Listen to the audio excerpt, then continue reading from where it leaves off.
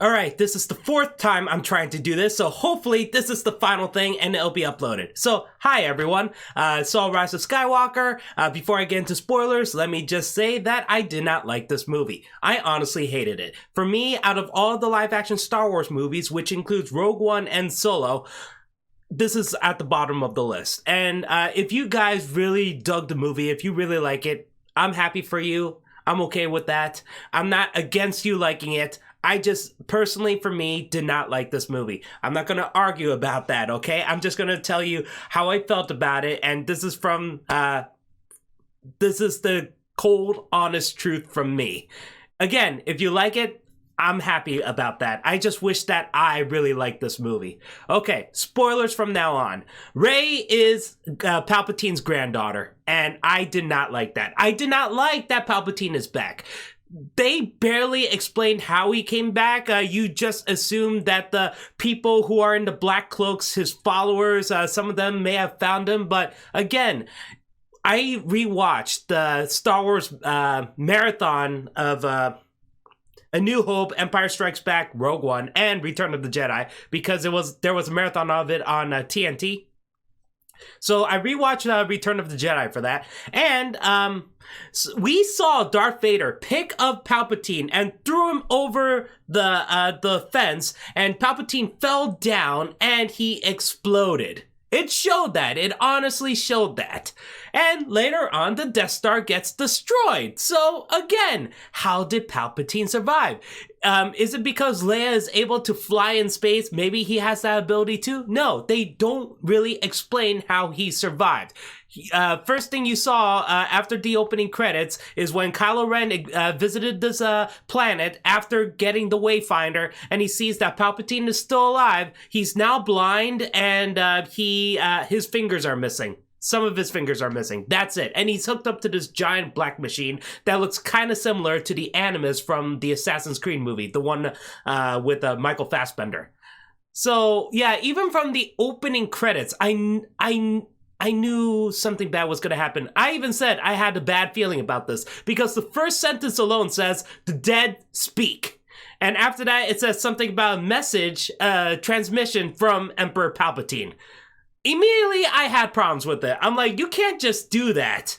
You did not talk about Palpatine in The Force Awakens. There was no mention of him in The Last Jedi. So for him to just come back out of nowhere, just for the final part of this trilogy, makes absolutely no sense to me.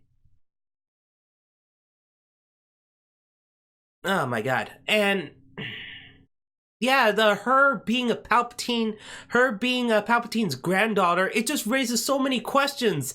For example, her father is Palpatine's son. Why isn't he important?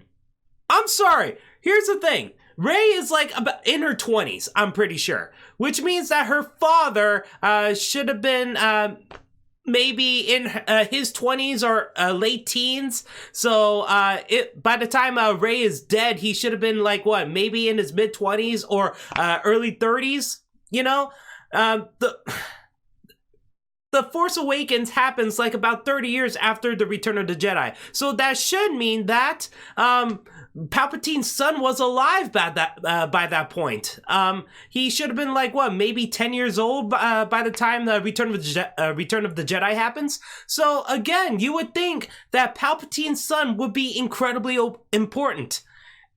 And also, how was he born? Was he, did Palpatine have a lover? Did he rape women? Did he use his Sith mind tricks and possess women and rape them or something like that? Or is Palpatine's son a clone? Again, they don't explain any of that. You know what I was kind of hoping for? I was kind of hoping for that if this movie rips off anything, it would rip off from Guardians of the Galaxy Volume 2. Because in Guardians of the Galaxy Volume 2, Ego went to different planets, and he fell in love with someone, and then that person later has a child. And then later on, it turns out that these children keep meeting up with Ego, and every time he sees that they're weak, he kills them. I was hoping that something similar to that Palpatine is planting his seed everywhere. He just wants to find a chosen one. Because even in Return of the Jedi, he keeps telling Luke to strike him down while he's angry so he could possess him. So maybe he also had a different plan too. Like, that's Palpatine. He always has another plan. Just in case if Darth Vader fucks up, he knows that he could try to get Luke Skywalker. If Luke Skywalker fucks up, then if his plan with Luke Skywalker fucks up, I'm pretty sure he would have another trick up his sleeve. But no, we don't know anything about Palpatine's son. We don't know where he came from. Maybe Palpatine's son was in Jakku the entire time, and that's where he made a life. And Palpatine wants Rey, so that's why he sent an assassin to find Rey's parents, and Rey's parents hid her on Jakku. So, and also, Palpatine's plan does not make any sense in this. Because he keeps telling Kylo Ren to kill Rey when he gets the chance. So he keeps telling him that. But by the end, it turns out that he wanted Rey to come to him all along. I mean, there were a couple times where Kylo Ren did say to Rey, "Hey Rey, do you want to help me take down the Emperor?" But Rey keeps saying no, even though it'll lead them to the same destination anyway. I mean, at least Luke Skywalker went to his father, and that's where he met the Emperor. So I'm not sure why Rey didn't want to do that. Is it because it's too much like Return of the Jedi? Oh my god. So Rey had a couple opportunities to meet up with the Emperor much earlier, but she keeps deciding not to. She wants to fight off the dark side of the Force. She doesn't need Kylo Ren's help. She'll never join Kylo Ren. All that shit. Oh my god. So Palpatine's plan, he wants Rey to come to him, so when Rey confronts him, Rey would strike him down, she would kill him because she would be angry, and because of that, Palpatine's soul or essence or something like that can possess her, and she could become Empress Palpatine and be the ruler of the galaxy. That's his final plan. That even though he's on this planet for 30 years, and he was making a whole fleet of Star Destroyer ships. And he hid them very well on this planet. Okay. So yeah, he did this basically all for Rey, but I'm like, if this is Palpatine, I'm pretty sure that he would put a sperm in the sperm bank or have sex with as many women as possible. So again, I have to address that. Who's willing to fuck him? Who is willing? Does he have an actual lover, or he doesn't and he rape women, or again is Palpatine's son a fucking clone? Oh my god. And maybe his son is a clone, because they do show a tank full of Snoke clones. So yes, they finally addressed the mystery of Snoke. Who is he? Why is he like this? It turns out he's Palpatine all along. He's just a puppet. And there's more like him in that tank. And no, they are not used again throughout the rest of the movie. No, it's just shown in the beginning of the movie just to answer the question, who is Snoke? And that's it. And you would think that Palpatine would be smart enough to try to use those clones to attack Rey and the other people, because Snoke is a fucking powerful dude, because it is Palpatine, but whatever. And also, why does Snoke look why do all the Snoke clones look the exact same? You would think that, okay, maybe the Snoke that died, we should enhance him, make him look better, something like that, you know, make him a little different. But no, they all have the same like scars and everything. Hell, are they like the Umbrella Corporation? Are they trying to make experiments like Mr. X, Tyrant, and Nemesis? That's why their faces look like that? I mean, seriously, come on. And also, if they're clones, you can make them younger. Why do they have to be wrinkly old Andy Serkis? Arr! Seriously, I don't understand the point of that. I mean, it's Palpatine. And also, if he's really that injured, why doesn't he make like a machine body like Darth Vader has? You know? So he has like a machine hands, machine arms, machine body, something that could help him see or something like that. No, he doesn't even have something like that. Hell, he's not even as cool as All For One from My Hero Academia. All For One doesn't even have fucking eyes. Does he even have a nose? I don't think he even has a nose either. He has no eyes, no nose. He only has a mouth, and he's able to sense All Might and all that stuff because of his quirks and stuff. So yeah, nothing like that too. Oh my god, If Palpatine is back, you could have made him cooler, but you didn't. It's just an old man. And later on, when Palpatine actually uses the Force healing, he steals the life force from Rey and Ben, so he could rejuvenate himself. He could regenerate. So he gets his fingers back. His face becomes wrinkly again, and he has the red, yellow eyes. That's it. It's the same Palpatine we've seen from the Revenge of the Sith and Empire Strikes Back and Return of the Jedi. It's not like he wants to look more handsome, look more younger than that. No, he just looks the same. And okay, so he doesn't need the Black Animus machine anymore, right? What does he do? He sits on the throne. That's all he does. He sits on the throne, laughing, ha ha ha ha, and using Force lightning powers. That's all he does. Does he wield a lightsaber? No. No, he doesn't do that cool spinning thing he did in Revenge of the Sith. No. So the final battle, there's no lightsaber fight. There is one involving Kylo and the Knights of Ren, but he dispatches them incredibly quickly, and the Knights of Ren are fucking garbage. So yeah, all Rey does is wield dual lightsabers because Ben gets knocked out later on, and she deflects the Force lightning back at Palpatine. Oh my god, and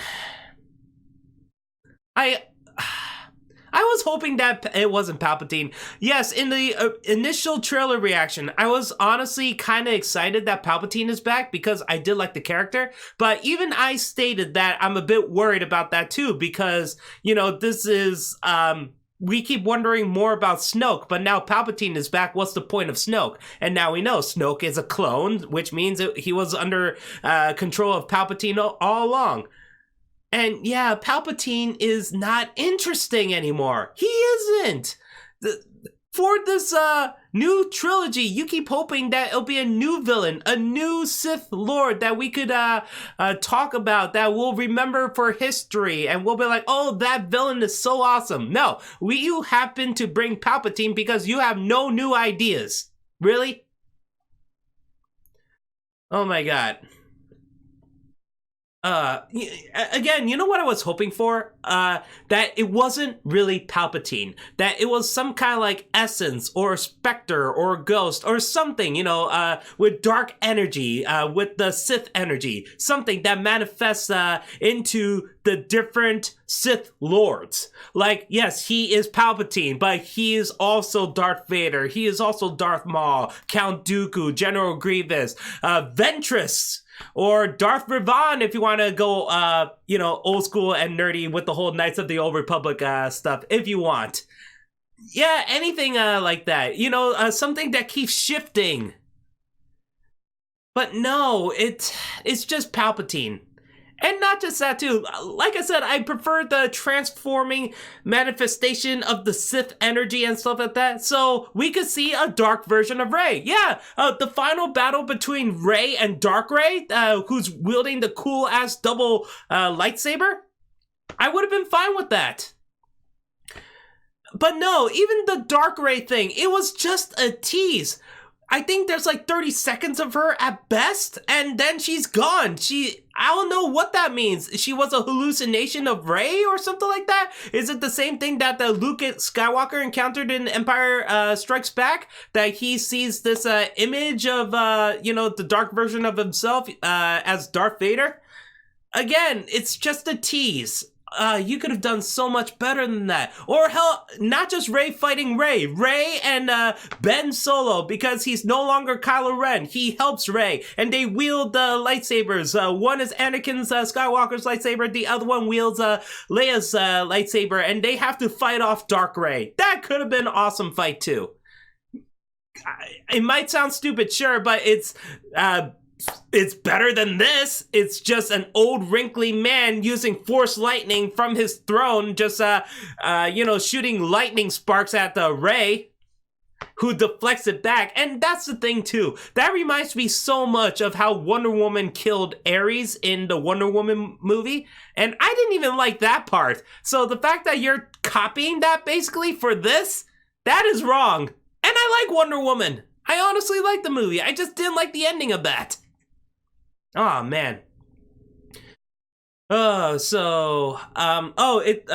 fact, Rey's mother in the movie, even though she has a very, very short scene, she's the actress who is in the new Ryan Reynolds movie coming out. It's called Free Guy. So she's the one who's doing all those cool flips and tricks and flips. And she lands on Ryan Reynolds and she asks, "Is that a Glock in your pocket?" And he said, "No, I have two Glocks." And that's when she was shooting at everyone with the two Glocks while on top of Ryan Reynolds. So yeah, that is her. So that's a little fun fact.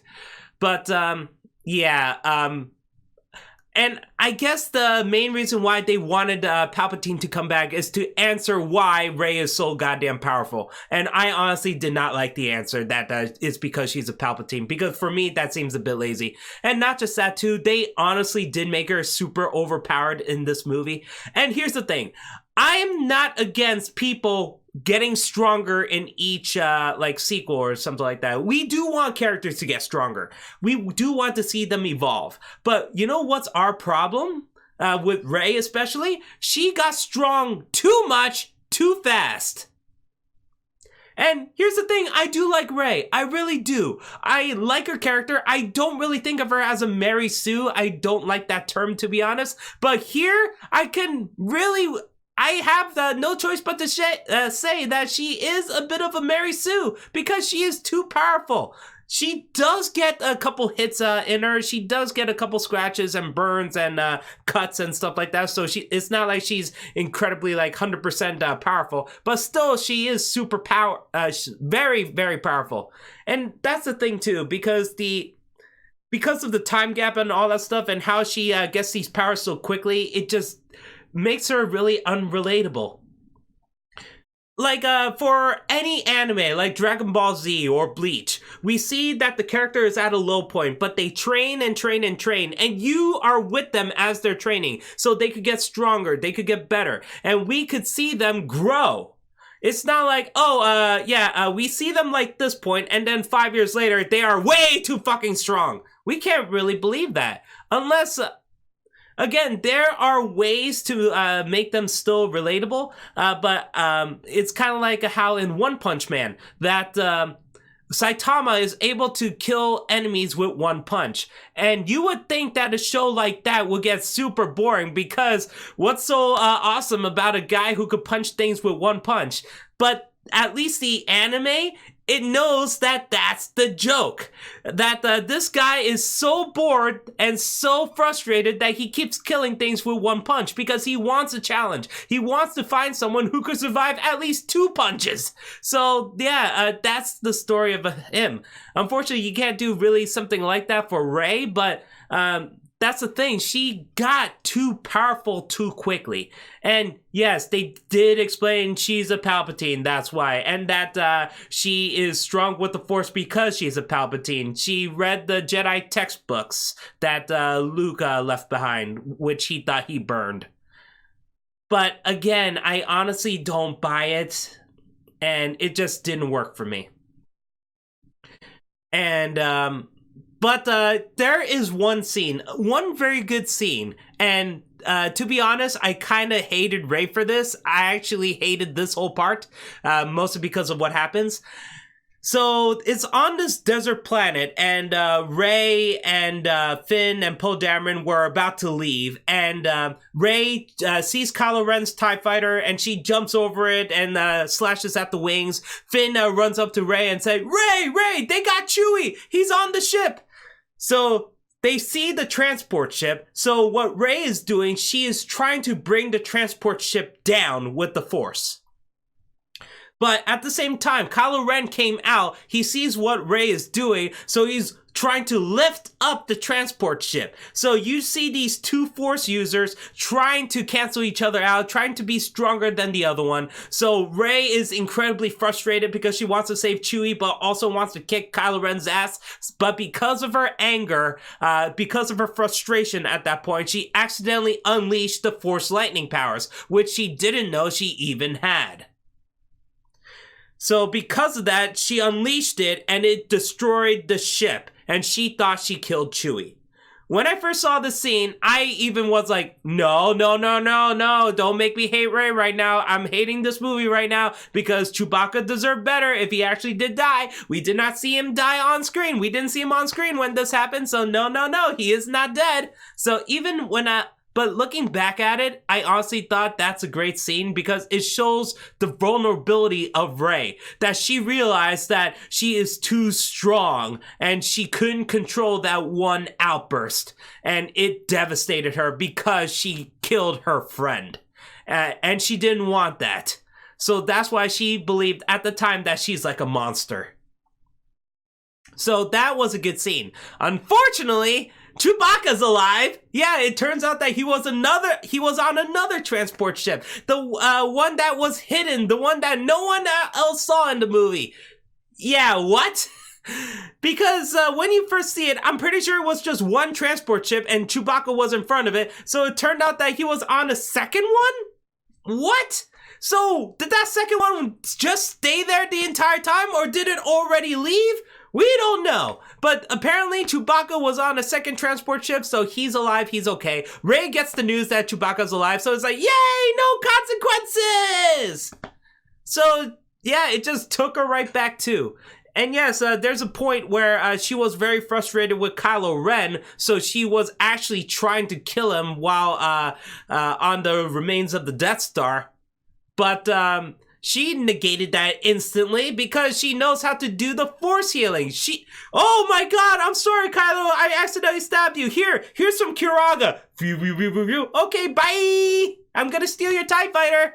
That's basically it. And yeah, she was a bit more frustrated than that because she destroyed the TIE fighter. She was throwing stuff at it, including Anakin Skywalker's lightsaber. But still, that's basically how it is. Man, it's so hard to connect with Rey in this movie. If you don't like Rey at all in the first two movies, you are not going to like her in this. Alright, so Rey is too strong and it's very hard for me to relate to her. And yeah, she is so strong to bring down a giant ass transport ship. They don't show any other Jedi who's able to do that throughout the series. Well, Yoda was able to bring the X-Wing, yes, and Force Ghost Luke was able to bring the X-Wing out of the ocean too, but that's the thing, though. Rey is just too powerful. She's able to bring down the transport ship with pretty much ease. Oh, my God. That must have been some textbooks she was reading, too. And also the Force Lightning and stuff. She doesn't really use the Force Lightning again, which you would think that... and that's the problem, too. I was kind of hoping that Rey would be the only one who's able to use the light side of the Force and the dark side of the Force because of the balance. You need both sides. It can't just be one or the other. So that's what I was hoping Rey to be, like a warrior of light and dark, similar to how like a Riku is from Kingdom Hearts. But no, she's all light. She's all 100% light. Even Kylo Ren goes to the light side, 100% light. And that's the thing too. And yes, I know there's a few Jedi who could actually do that because Mace Windu is actually one of the few Jedi who's able to use the light side of the Force and the dark side of the Force. So that's why he's a brilliant master of that. Even Yoda wasn't able to do that, I believe. I could be wrong. I think there was a bit more information about the Clone Wars, but yeah, that's from what I heard, that Mace Windu is actually able to use the light and the dark. Rey, unfortunately, just sticks with the light, which sucks. And yeah, if they didn't have... here's the thing about The Last Jedi. I did have problems with it. I honestly did. But that movie did not anger me. I didn't think it's one of the worst Star Wars movies I've ever seen before. No, there were a lot of good moments in it. It's just that the entirety of it is just not really good. It's just parts of it are good. That you like the idea of... that's the thing. I like the ideas. I like the idea of what Rian Johnson was trying to do. And by the end of it, I was like, you know what? I am excited to see what the next movie was going to be. Because the whole theme about this is letting the past die. Like everything you... basically, every single fan theory you have, just let it die because it ain't gonna happen. Rey's parents, they're a bunch of nobodies. Who is Snoke? Doesn't matter. He's dead. Kylo Ren is now the main villain now. General Hux is at his side, who hates Kylo Ren, but he's gonna stick with the First Order. And then we heard that the Knights of Ren are coming back. So yeah, Kylo Ren has his generals, the Knights of Ren, and it's gonna be him versus the Resistance. It could have been about that. And we did see the final shot with the farmer boy who was able to use the Force to levitate the broom and take it, bring it towards him and all that stuff. So yeah, there's Force. That's the thing too, because that The Last Jedi wasn't really talking about bloodlines. It's not saying that, oh, you have to be a Skywalker or you have to be a Kenobi, you have to be a Palpatine in order to be Force sensitive or something like that. Anybody can. So the possibilities of that is endless. But what did these people do? The fucking 4 writers, which includes J.J. Abrams, and what Kathleen Kennedy actually agreed upon, just fucking fix The Last Jedi. This movie would have been so much better if it did not do that. Really, just let The Last Jedi be what it is and just continue on. Just make up a whole new thing, something very unique. But no, you have to add all the callbacks and also say fuck you to The Last Jedi. Because we didn't like that movie. God damn it.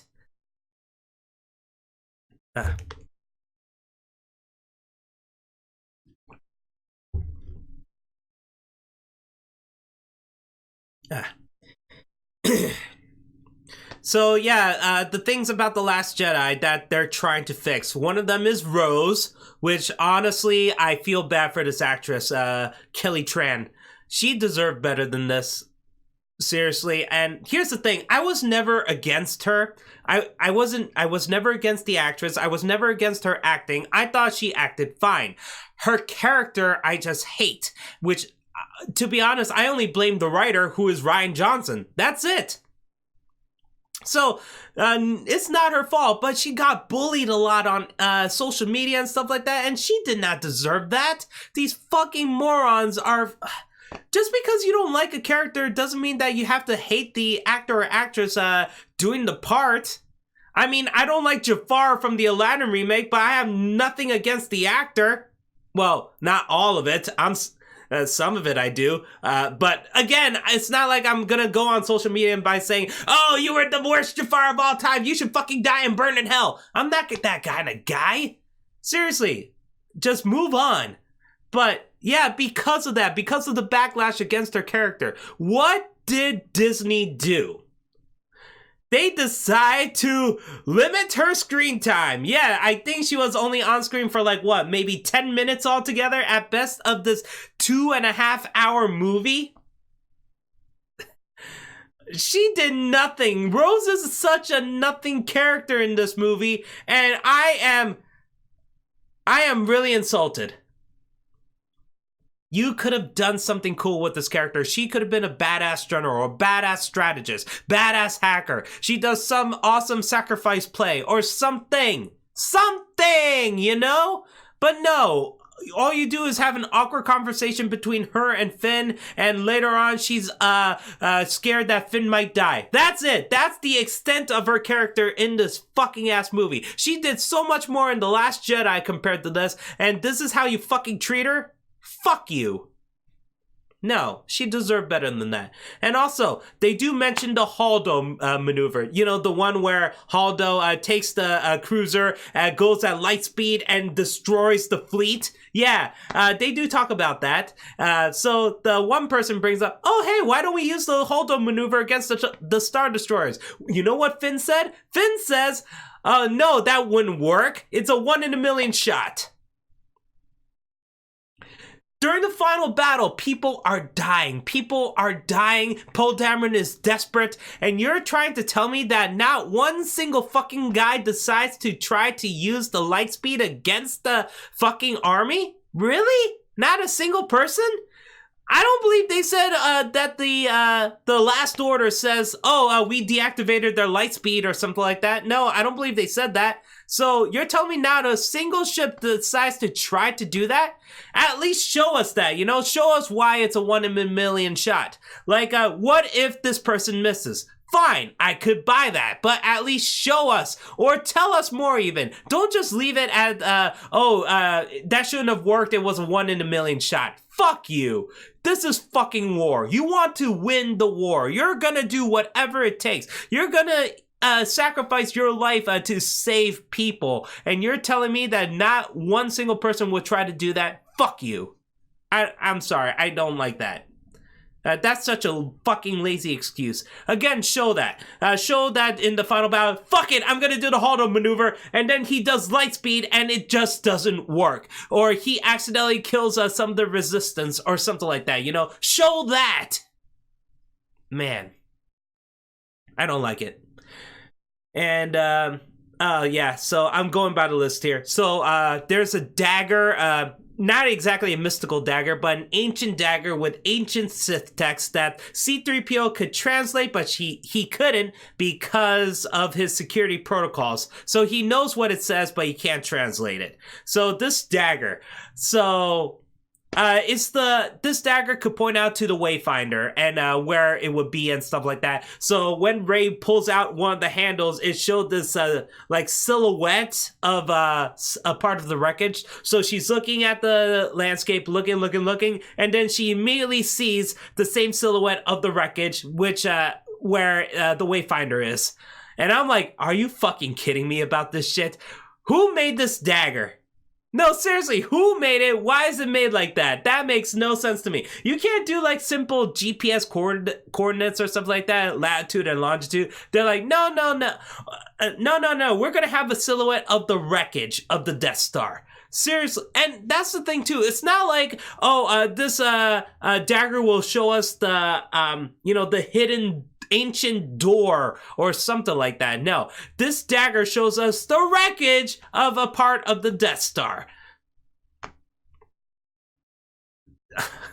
Did Emperor Palpatine tell someone to make it like that? Oh, architect, please make sure that just in case if someone is lost and they need to find the Wayfinder, have like a retractable handle thingy and then make it like a silhouette of the wreckage near where the Wayfinder should be. Just in case. Ah! Really? Really? No, that is such fucking bullshit. I'm sorry. And not just that, it's on this the remains of the Death Star is on this planet where it's surrounded by water.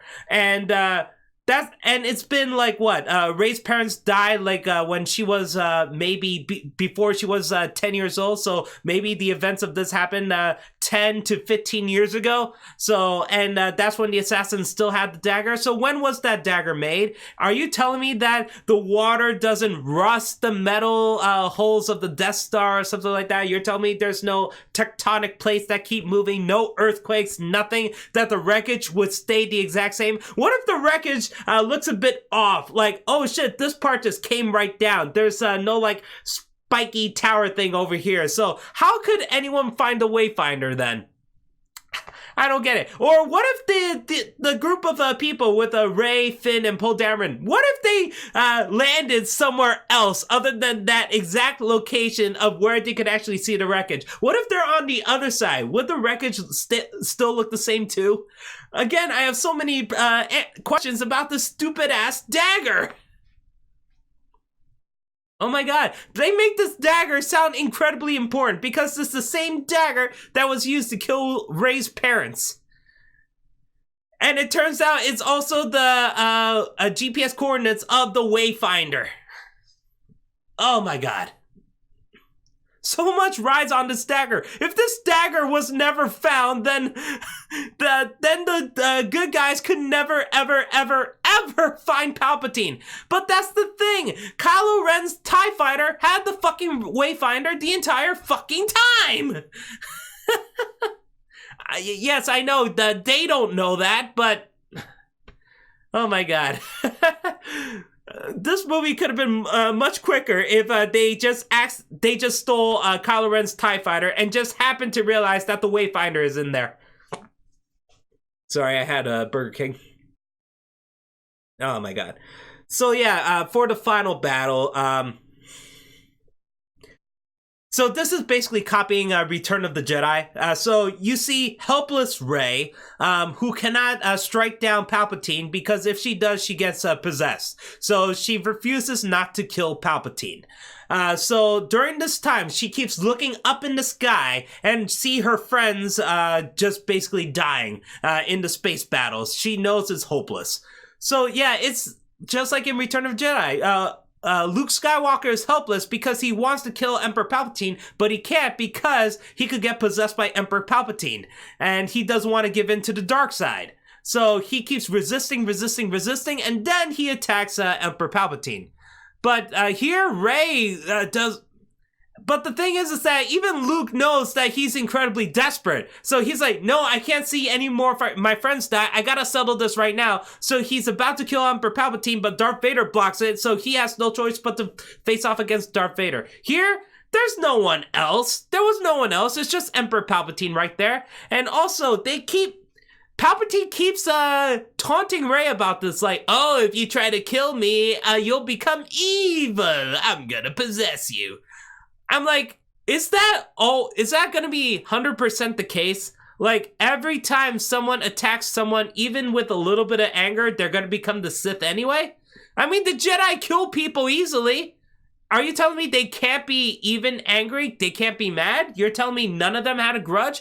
Mace Windu, like I said, he's able to go between light and darkness, so that's why he's able to kill Palpatine without feeling anything, pretty much. But that's the thing, though. If Mace Windu does kill Palpatine, would Palpatine actually try to possess Mace Windu at that time in Revenge of the Sith? So here, yeah, what if Rey was doing it for the better good anyway? She's like, okay, I'm going to kill you, but because I gotta save my friends and save the Resistance. Isn't that still technically the light side of the Force? I mean, in the end, she does kill him by deflecting his own Force lightning back towards him. Why doesn't that make him, why doesn't that mean that he's able to possess Rey? Because she did kill him. She did. Is it because, oh, the Jedi are helping her? The Force Jedi ghost power voices and all that stuff? Really? Is that how it is? Again, I honestly feel like he's kind of bluffing. Because he's saying that and Rey's terrified to actually even try it. But again, I kind of felt like Rey's doing this for the better good. So why would she get possessed? I don't know. And I was hoping something smart would happen like that, though. Like, Rey would actually get possessed and Ben has no choice but to stop her. Or is the other way around? Ben gets incredibly corrupted. He kills Palpatine to get stronger in the dark side, and because of that, he's now like a Palpatine Skywalker hybrid or something like that, and Rey has no choice but to stop him. But no, it's just a lame-ass old man sitting in the throne battle. Again, oh my god, I would have preferred the theory if that Rey was a Skywalker, so it would be the final battle of the cousins. Something like that. But no, it's not even like that. You know what? I honestly prefer that her parents are nobodies, that they're fucking drug addicts. Seriously, I honestly would have preferred that over the whole Palpatine bullshit. And that it doesn't matter about her bloodline. She is still powerful on her own. And she's trying to make a name for herself because she's an orphan.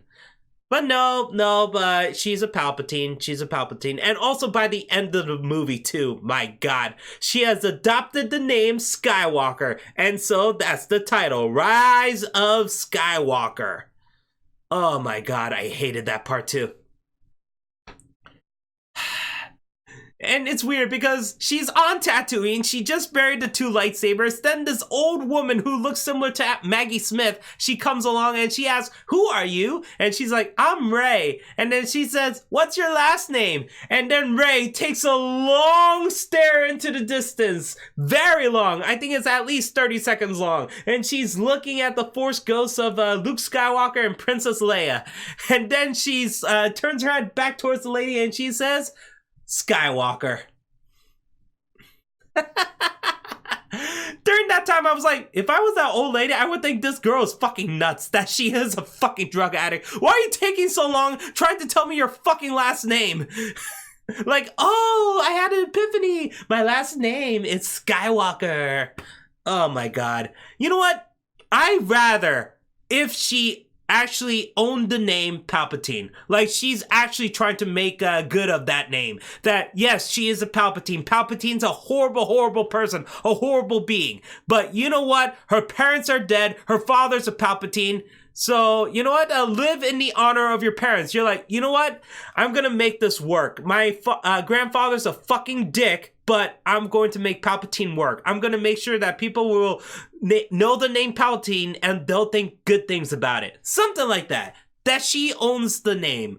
But no, it's like, oh no, I don't like the name Palpatine. I'll just call myself Skywalker. Fuck. And also, my god, they did a lot of people dirty in this. Kylo Ren, they did him dirty. That's the thing. Kylo Ren's helmet in this, I don't understand it. Couldn't they just make him another helmet? Did they really have to find the pieces of the helmet like they did with the dwarf from Monsters, Inc.? They're like, ooh, I found the other piece so we can find Boo's room or something like that. So you're like, oh no, we gotta find the pieces of the Kylo Ren's helmet that he smashed to bits. Because Snoke is not around. And because Snoke is not around, we can't make a new helmet for Kylo Ren? What? They don't explain that. Why does he want to rebuild the same helmet? And he later ditches it quickly anyway, so I don't see the point of this. And also, it doesn't look cool. The helmet itself, without the red glue shit, it actually looks cool. But now you have like the red glue, which looks like it looks like they put red Elmer's glue all over his helmet, and it just looks fucking stupid. I'm sorry, it honestly does. It does not look cool to me. It looks fucking stupid. Like, they have no choice but to make that mask again. Like, they can't make that mask again. I'm sorry, that's what I meant. Okay, so, oh, so we gotta talk about the final battle. Right. So while Rey is down there, Finn decides to be with the ground forces. So they realize that there is one main Star Destroyer because it has a radio antenna and stuff like that. So they have to take it down. So what did they do? They take one of those landing ships and land on the Star Destroyer. And at the time, the Richard E. Grant, who's basically Tarkin, he's not a Tarkin, but he's pretty much a Tarkin. He sees that the lander has landed, and he's like, disable the speeders. And the guy replies, those aren't speeders. So out of once the gate is open from the cruiser, the landing cruiser, space horses came out. That scene in the trailer, where it seemed like a Finn, the new girl Janna, and BB-8 and Rose, they're riding on these space horses, and it looks like they're on the base. Yeah, no, that's not on the planet. They're on a Star Destroyer.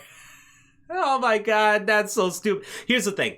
I'm okay with using creatures, you know? Star Wars has very interesting creatures, but the problem is that nothing is ever as cool as the Rancor, to be honest, but they don't really show that many creatures that they usually ride on. If anything, they have those like duck things from the episode 1 that Jar Jar Binks was riding, but otherwise, that's it. Episode 2, episode 3, episode 4, episode 5, episode 6. Oh, the Tauntauns from episode 5, but other than that, you don't really see that many creatures that the protagonists ride on. So they have these space horses, and they disappear after a couple minutes. You don't know if they died. They probably did die, because you don't see Finn and Rose and Mary from Lord of the Rings and Janna riding them anymore. They're just running on foot. So what was the point of the space horses? Just to get to their destination slightly quicker? Slightly? If you were to bring any Star Wars creatures back into this and ride them and stuff like that and cause so much chaos, why didn't you use the same ones from episode 8? because at least the ones in episode 8, from what we've seen, they were able to run through walls, run through buildings, smash through buildings. It didn't even matter what material, because they smashed through glass, smashed through metal, smashed through wood, smashed through stone. They smashed through everything, and you don't see any of them getting like concussions or something like that, or any of them stopped because of that. No, and I'm pretty sure that they're able to dodge lasers at one point. So yeah, out of all creatures to use, especially for the final assault, why don't you steal a couple of those and ride those? At least Rose knows how to get one of them. I don't know. They have these stupid ass space horses and they don't do shit. At least the ones from the Canto Blight sequence, which is a terrible sequence from episode 8, that these guys are able to do some fucking damage. They're able to go inside the, they could have gone inside the ship, go through the holes, the hallways and stuff like that, go through the offices, destroy the soldiers' headquarters and all that stuff. Hell, one of them could even jump through the stupid main deck of the ship. But no, space horses, and that's all they do. They just ride them for like a minute and then they're gone. And oh my god, you know what? Here's my biggest problem. In every single Star Wars movie, there's at least one moment where you can say, I am glad I spent $10 to $15 seeing this on the big screen. Usually. Even the bad ones, even ones you consider they're bad, you have to admit there's usually one scene where you're like, that is so fucking awesome, I'm glad I saw it on the big screen. Like The Last Jedi. Yes, I know the the lightspeed scene is kind of ridiculous if you think about it too much. It's like, oh, they finally weaponized lightspeed right now. Holdo is not a good character, all that stuff. Yeah, we have our issues. But you have to admit that once you saw that scene on the big screen, it is a beautiful scene. And it's kind of worth the ticket price. So, with me, my two worst, the least liked Star Wars movies, Rogue One and Attack of the Clones. Attack of the Clones, I honestly didn't like a lot of it because of the awkward romance between Hayden Christensen and Natalie Portman. It just didn't work. But I admit, the finale is fucking awesome. When the Jedi were fighting against the Separatists and all that stuff. And then we see Yoda fighting off Count Dooku. That was awesome. That was worth the ticket price to me. And then for Rogue One, I don't like a lot of the movie because I don't like a lot of the characters. I don't like Jyn Erso. I don't like the Diego Luna's character. I don't like Baze, I think that's his name, the one who is on the radio a lot. I only like the two Asian guys, and I like K2SO. That's it. And I didn't even like Matt Mikkelsen that much because they didn't really do much with him, and I didn't like Forrest Whitaker's character, and I also didn't like the fucking guy who plays the exact same villain every single fucking time, and now I'm forgetting his name. The general in that, Krennic, I think that's his name. Yeah. But I do admit that Darth Vader scene, when he went ham on everybody, that was fucking awesome, and that was worth the ticket price. Here, there was not one single fucking thing where I could say, I am glad I saw this in the theaters. Not one.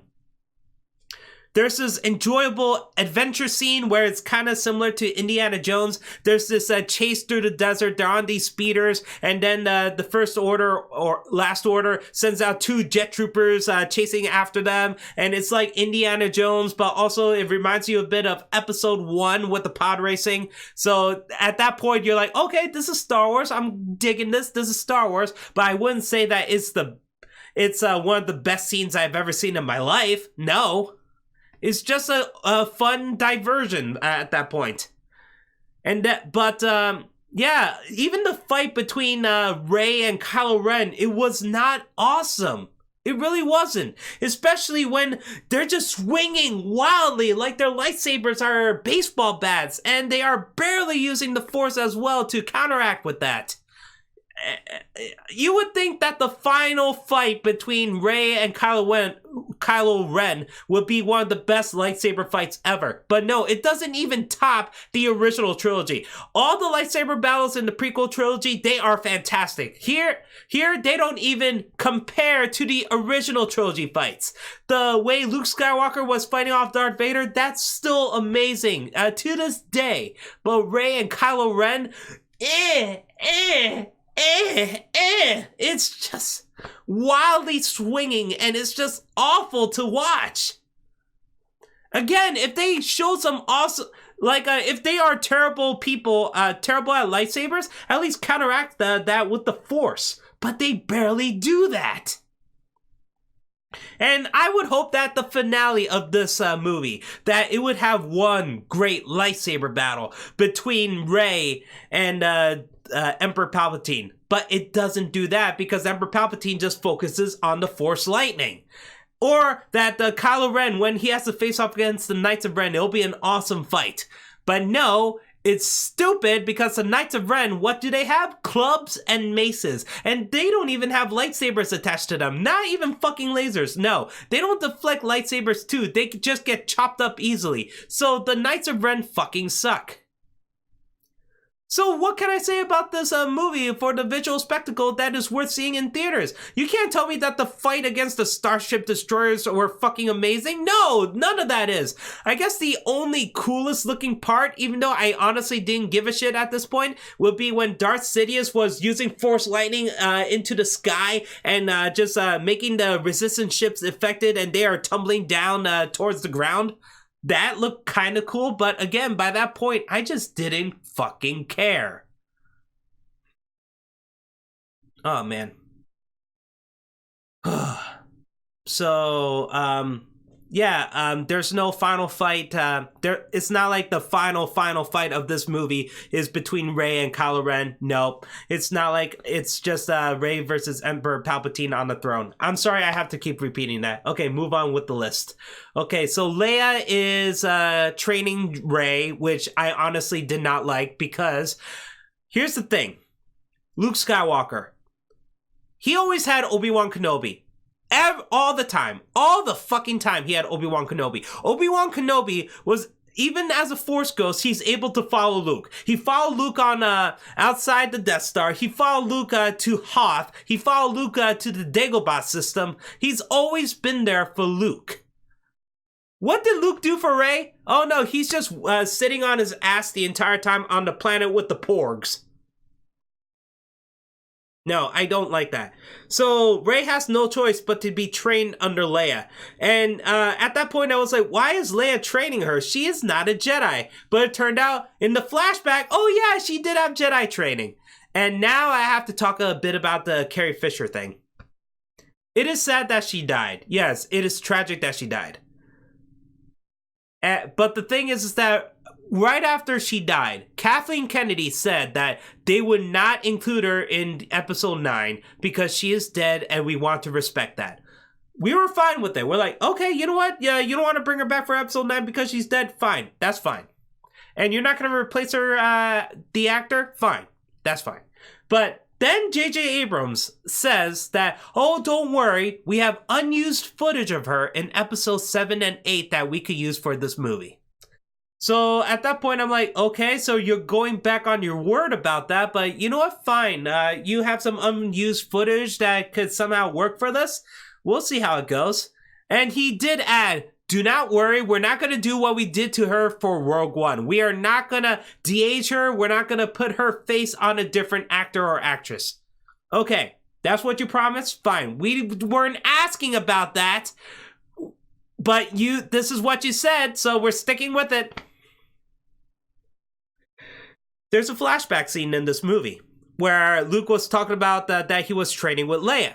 And Luke and Leia were fighting with the lightsabers. It happens at night, and they were wearing helmets. So they were fighting, and Luke lost. So Luke pulls up his helmet, and it shows young Mark Hamill.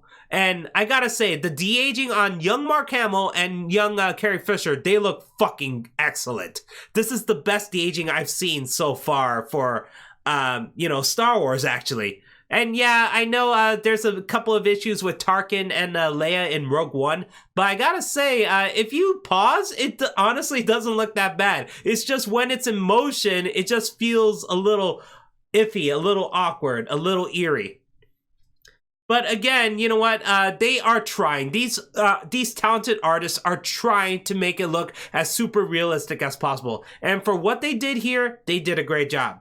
However, I have a humongous fucking problem with that. So, Leia lifted up her helmet and it shows a young version of Leia. You just said that you were not going to do that. You said that you're not going to do what you did in Rogue One. I don't care if you showed Leia for a couple of seconds. You did it. You put it out in the final film that's in theaters now. You went back on your word again. What the fuck is wrong with you? If you didn't want to have Carrie Fisher used again for episode 9, fine. If you didn't want to replace the actor, fine. If you didn't want to have more footage of her, fine. If you want to use old footage of her from episode 7 and 8, fine. But if you say, oh, we're not going to do the same thing we did to her in Rogue One, but you end up doing it anyway, so it makes everyone question, what's the fucking point with you? You didn't keep your word. You didn't. You just changed your mind instantly. And to be honest, that flashback wasn't even necessary. It really wasn't. It's a cool callback, I guess. It's a cool nostalgia trip. It's a cool like tribute or something like that. But if you say you're not going to do it, then don't do it. Otherwise, don't say that you're not going to do it. Just do it then. I hate it when people are flip-floppers. And in this time, I blame Kathleen Kennedy and J.J. Abrams for this fucking decision. Because if they stuck with Kathleen Kennedy saying that we're not going to bring Carrie Fisher back in this, fine. But no, you keep changing it up and it's just fucking annoying. Ugh. And but the scenes that they did with Leia, what they did was they basically erased the background of her footage just to match with the background of this footage. So yeah, you do see a little of a highlight or smoothiness or something like that. You could tell that it's like she was filmed in front of a green screen, but it wasn't really perfect. So, and they tried to make the dialogue work. And you know what? I applaud for the effort of that. But to be honest, it probably would have been best if she wasn't included at all. Because I just didn't buy that she was training Rey. I honestly didn't. If anybody would be training Rey, it would be fucking Luke Skywalker as a Force Ghost. Or better yet, Maz. Yeah, they have Maz back in this and she doesn't do anything. Nothing. Not a single fucking thing. You have Maz back in this. You have Lupita Nyong'o back as Maz, and you do nothing with this character. It's basically just another cameo. Slightly longer than what she did in episode 8. But at least in episode 8, it's kind of fun to watch because we see her trying to kick some ass. And she has a jetpack on and all that stuff. Here, no, she just talks a little bit and that's it. I don't think she was even in the final battle. So I don't see the point of Maz in this. And that's the thing too, Luke Skywalker, he is a fucking coward. I am sorry, he is. After seeing him in episode 8 and now in here, he's a fucking coward. None of it actually makes sense about him. So, he knows that Palpatine is still alive. Leia knows Palpatine is still alive. He and Leia knows that Rey is Palpatine's granddaughter. So, what the movie said was that Luke was trying to find where Emperor Palpatine was, but he couldn't find him, so he gave up on him. Really? This is the Luke Skywalker we know and love. He's supposed to be an old, wise sage. Yeah, if he doesn't want to wield the lightsaber ever again, but he's actually very powerful with the Force, fine. He only sticks with the Force, just like how Yoda was. But no, you don't do that. You just have this guy who's a fucking hypocrite and a fucking coward. And not just that, he has to only show up when Rey shows up on the island.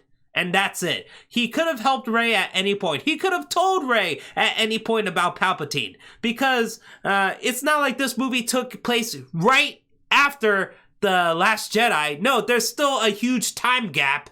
So what the fuck? So what Luke Skywalker did is unspeakable, and as a Force ghost, he's still fucking powerful. Yoda was able to summon lightning to strike down a tree in Episode 8, and here, Luke Skywalker is able to lift up an X-Wing from the fucking ocean. And that's it. He could have, and at first I thought, oh, maybe there's a huge reason why he's not able to leave the island as a Force ghost. No, there's no fucking reason. He could have done it at any point, because you do see him on Tatooine at the end, and Tatooine's fucking far from whatever planet he was hiding at, so why the fuck wasn't he helping Rey the entire time? Why wasn't he giving her more pep talks? God damn, such a fucking waste. I'm almost at the hour mark of this review. So yeah, I just don't, and also the Force, the voices of the Jedi of the past. So Rey is during the final battle, Rey is basically dying, and Palpatine is winning. He's using the Force lightning, and Rey is like, listen to me, or help me, or something like that. She says something similar to that. Hear me out. Please listen. So she is able to hear the voices of the past, which includes Anakin Skywalker, Mace Windu, Qui-Gon Jinn. Yeah, Liam Neeson is back, and I think he spoke like 5 times in this, which was kind of awesome. So, and then you hear Luke Skywalker, Leia, Ahsoka at one point. So yeah, you hear all these voices of the Jedis of the past, and what do? They just say, oh, don't give up, Rey. The Force is always with you, always. That's it. Do you see the Force ghosts? No. Do they do something awesome in the final battle against Darth Sidious? No. Do they distract Palpatine? No. They do nothing. It's just a little pep talk, and Rey just gets her back up and then uses the double lightsabers. Oh man, and you know what? I was honestly hoping that this would be kind of similar to Dragon Ball Z. Like, there's this, the final battle with Cell. Like, Teen Gohan is using one arm to use the Kamehameha wave against Cell. But Cell is still too strong. But Goku in spirit, he's dead, so he's in spirit, he's helping his son create this powerful Kamehameha wave to blast Cell. I was kind of hoping something similar to that, at least with the Jedis of the past. That we do see Anakin Skywalker, Mace Windu, Qui-Gon Jinn, Obi-Wan Kenobi. We do see them with Rey. Even for a split moment, because that would be cool. And they're transferring energy or something like that to her, or helping her defeat Palpatine. Something like that, you know? Palpatine's like, I am all the Sith. And Rey's like, I am all the Jedi. Hooah! You know, oh my god. It's just frustrating, you know. Alright, so I already talked about Luke, Palpatine. Oh yeah, so the other characters besides Rose, Janna, she's nothing, to be honest. She's a new character and she doesn't really do anything for me. She kind of looks a bit like Ella Balinska from Charlie's Angels, but other than that, she does have like a similarity with Finn, because she was a ex-First Order trooper and she defected along with the other people on this planet. So, but that's basically it. She shows up in like the last third of the movie and she doesn't really matter by that point. Zori! Oh my god, I feel bad for her, Zori. Actually, I feel bad more for Kerry Russell, because when I first heard Kerry Russell was in the Star Wars movie, I'm like, ooh, I love her. I do love Kerry Russell. I had a crush on her ever since Honey, I Blew Up the Baby. She was the babysitter in that one. And yeah, Felicity and all that stuff too. So Kerry Russell is in a Star Wars movie. Cool. She's gonna wear this cool ass body, the helmet and the body armor and all that stuff, and she has a history with Poe Dameron. I love her attitude. I love the look of her. I love her. she does nothing in this. Oh my god, they do. I feel like the women in this movie don't really do much, to be honest, unless you're fucking Rey. Seriously, I'm not a feminist or anything. I just believe that women do deserve equal rights just as much as men, and everyone should be treated equally. That's what I believe in. I'm not a feminist, but still, women are not treated that well in this movie. Like, if you want to show that women are badass, then show that women are badass. Don't just say, oh, girl power, and do almost nothing with it. If a man and a woman help each other fight, that would be fine. Or you show that I don't know, the way they've been doing it in this movie is just awful. I know people had that issue with the whole girl power thing from Avengers Endgame when all the female Avengers just happened to be in one area. They just happened to be there, all of them, all the female Avengers, and then they have this group shot with them and they were helping each other out and all that stuff. I know some people had problems with that. I honestly didn't, because I know it's stupid, but at the same time, I'm like, you know what? I dug it. I honestly dug it. If you have to have a moment like this, it might as well be this.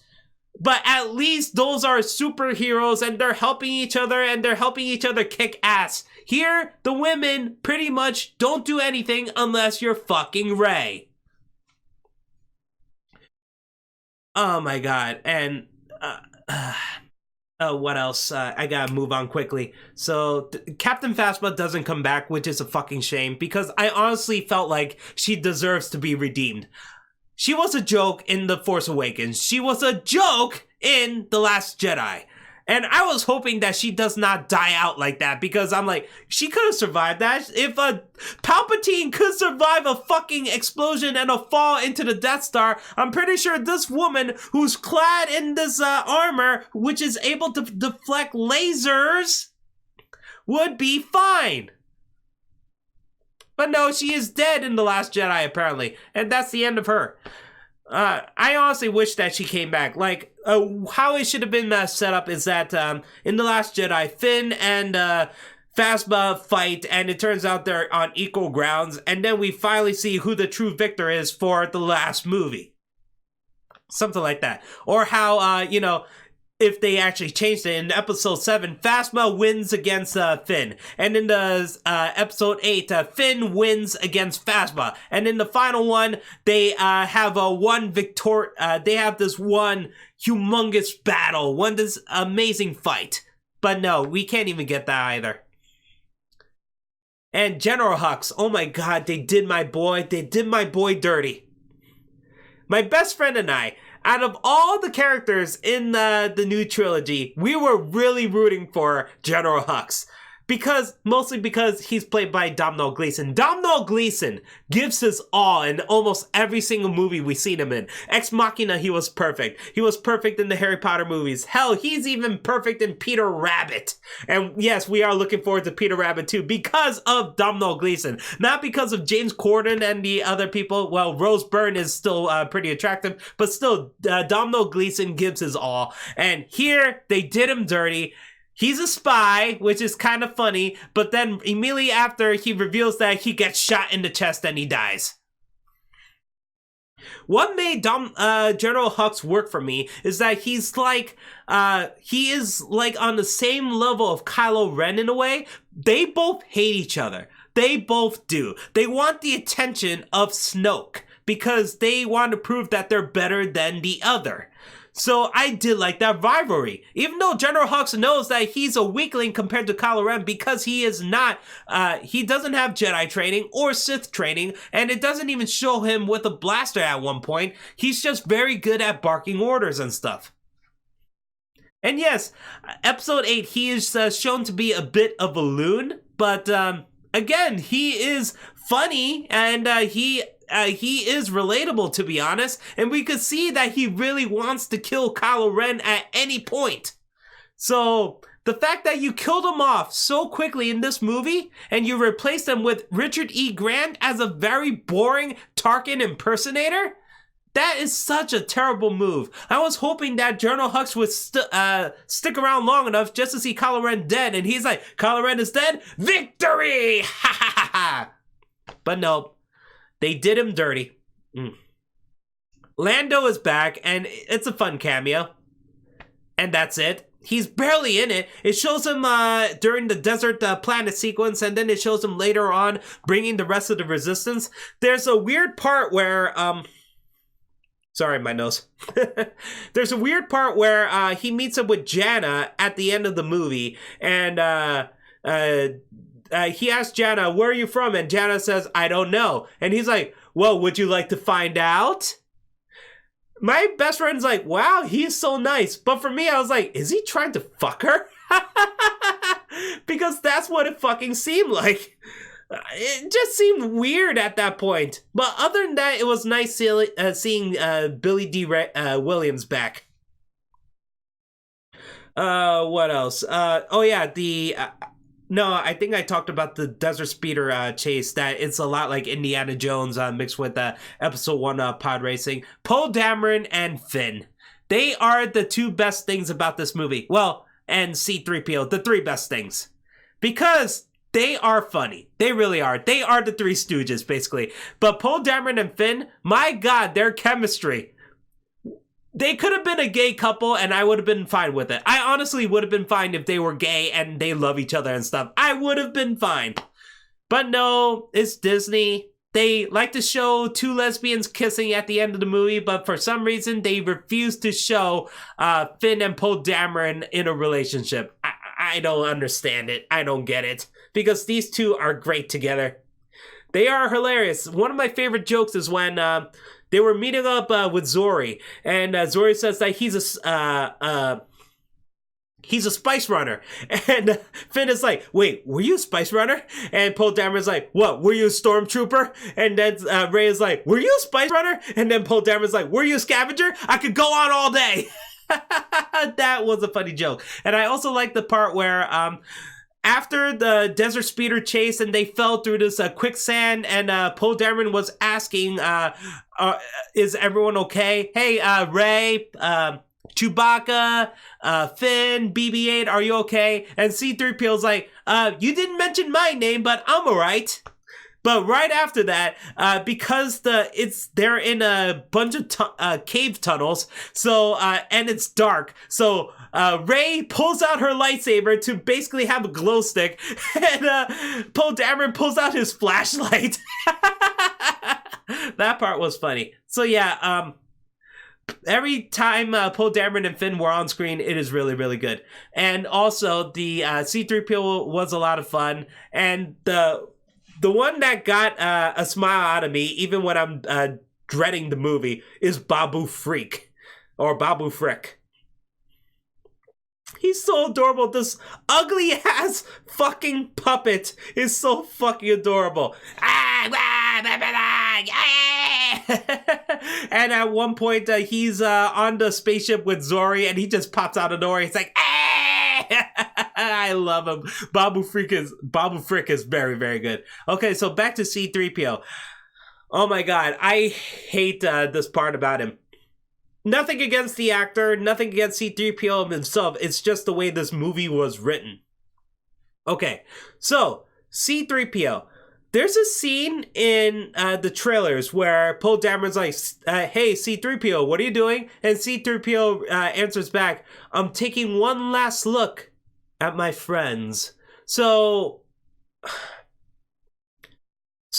from the trailers, you know something bad is going to happen to C-3PO, like he might have to sacrifice himself. And there's also that scene where he has the red eyes. So, but the thing is that the reason why he has to reset his memory is because of his stupid security protocols. So he can't translate the stupid-ass dagger with the ancient Sith text. So, Babu Frick helps that out, so he resets C-3PO, and C-3PO translates the text, and then he turns off. So at that point, I'm like, okay, so that's the end of C-3PO. But no, he comes back to life, and he's like, hello, I am C-3PO. How may I be of service? So yeah, his memory is reset. Why should I feel sad about that? I don't understand, but whatever. C-3PO is back. His memory is reset. He has to relearn everything. Okay, fine. Then later on, he meets up with R2-D2. And R2-D2 just give him all the memory files, so C-3PO remembers everything, basically. So, what was the whole point of that? You have this stupid-ass fake-out where it seemed like C-3PO was going to sacrifice himself or sacrifice his memory for the greater good. But it doesn't mean shit in the end because R2-D2 has the data files. And yes, they did mention earlier that C-3PO doesn't trust R2-D2's memory banks, but it seemed like R2-D2 was very, very good at keeping those, so what's the point of all this? Oh my god. I will say though, to me, the best scene is with Chewbacca. I cried in this movie. I did. And it's halfway through the movie. And it's not because Princess Leia died. Yes, it's a sad death, but I didn't cry because of that. No. I cried because the reaction that Chewie got. It's when Poe Dameron, Finn, and Chewbacca are back on the Rebel base, and they were trying to find General Leia, and they got the news that General Leia is dead. So you see Chewie just kneeling. He's on the ground, crying his eyes out, roaring, and pounding at the ground. And it really got to me. That actually did. I was trying to fight tears, but no, that little scene alone is the best part about this movie. And it made me fucking cry. Because this guy, and yes, my best friend ruined it for me. He did mention that Lando is still alive, but fuck him. He still has Lando. No. Chewbacca lost Luke Skywalker. He lost Han Solo, his best friend, and now he lost Leia. It's... Out of everyone losing people, Chewbacca suffered the most in this new trilogy, and he's still alive. If they ever make another movie, I kind of wish that we would know what Chewbacca's doing this entire time. Like, how is he coping that the closest friends he has are basically gone? So yeah, Chewbacca lost the most, and he's still alive. That's upsetting. He does get a medal. He does get the medal that he never gotten in the New Hope back in episode 4. And I'm kind of confused too. Is that the one that's Han's medal? And Princess Leia kept it the entire time, so she gave it to Chewie for a keepsake? Or is that Chewbacca's own medal that that Leia just never gotten around to give to him, even though she met Chewie for a while? I don't know. So, yeah, I already talked about General Hux. I already talked about Richard E. Grant being boring. I think I pretty much covered everything. That this movie has been a humongous disappointment. And that's the thing, too. The Last Jedi was a bit of a disappointment for me, too. But at least by the end of the movie, I was very curious to see what's going to happen right after it. Because Kylo Ren said, let the past die. So there's no more Jedi, no more Sith, no more bloodlines or anything. Everything has to start over again. Everything has to be new. New. So you could have taken this in so many different directions. Kylo Ren could have been the Emperor, and he has General Hux, and he has the Knights of Ren, and Rey and the Resistance have to fight against that. And because Carrie Fisher is dead, that means Leia is dead. So Rey has to do this on her own, with or without the Force Ghost of Luke Skywalker. And, it's all about teamwork. It's about unity. But Nope, they don't even try that. Nope, because Disney's like, oh my god, people hated The Last Jedi? Well, we have to fix everything about The Last Jedi. No, this whole movie is nothing but a lot of fan service and a lot of trying to fix The Last Jedi with bandages. That's basically it. And because of that, this movie fails on so many levels. The whole Palpatine thing. If Palpatine was mentioned in episode 7 or 8, would that make this movie a bit better? Honestly, kinda not. It would help a bit, but at the same time, not really, because Again, that makes the series seem very, very dull and boring and predictable. Oh yeah, Palpatine back. Yay. You know, it couldn't just be Snoke as a new guy, or you could have made a new villain. Hell, the prequels, each one has a new villain. Did you realize that? Darth Maul was in episode 1, Count Dooku was in episode 2, General Grievous was in episode 3, and they all are fucking good. How is it that you guys can't create a whole new fucking villain, especially for 3 movies? Instead, you have to go back to the recycling bin and pick out Palpatine because you're like, oh, we didn't actually see him die. And also, it ruins the whole bit about the Jedi and Sith philosophy, because in episode 1, Yoda keeps saying, there are, always two there are, a master and the apprentice. So that's the thing, and from that point on, we're like, oh wait, that makes sense, because Darth Vader has Emperor Palpatine, and Emperor Palpatine also trained Count Dooku at one point. He also trained Darth Maul at one point, and Count Dooku has his own apprentice, which was General Grievous. So yeah, and I believe in the Clone Wars, Ventress was a pupil of Count Dooku at one point too. So yeah, there's always a master and an apprentice, and same thing with the Jedi. Yoda is the master of Mace Windu, and Qui-Gon Jinn was the master of Obi-Wan Kenobi, and Obi-Wan Kenobi was the master of Anakin Skywalker. It makes sense. But now you have, it's only me alone. Ha ha ha! I'm the one and only Palpatine who doesn't have a master or an apprentice. Wah! You could argue that Kylo Ren was gonna be the apprentice, or Rey was gonna be the apprentice as well. But at the same time, Palpatine was doing this shit on his own. He made the entire Last Order fleet on his own. So it just ruins that philosophy for me, and I honestly hate that. Now, you could say, but David, you just said, let the past die in episode 8. Well, they did it in the worst way for this one then.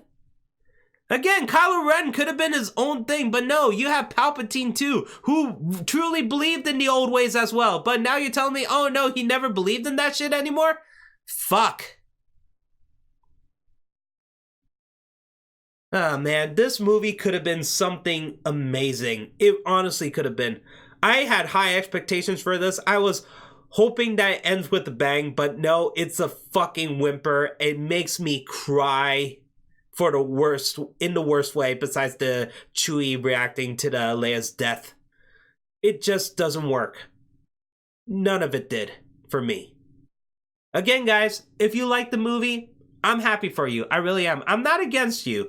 In fact, if you want to write down in the comments below why you like the movie and give an explanation about it, I would honestly love to hear it, and I'm not going to fight you on that. I honestly promise, because maybe your comments would make me see the light. It would make me see past the flaws of this movie. Maybe these flaws in this movie aren't flaws at all. Maybe this is what you see, and it's actually perfect that way. But for me, from what I've seen, the script had way too many problems. I didn't like the callbacks. I didn't like the fan service. I didn't like a lot of this stuff. And again, I mostly want to blame 4 writers, especially J.J. Abrams, for starting off with the Force Awakens, and you make this such a big deal of the whole mystery box thing. So we have to know the mystery of Rey's parents. We have to know the mystery of Snoke and all that stuff.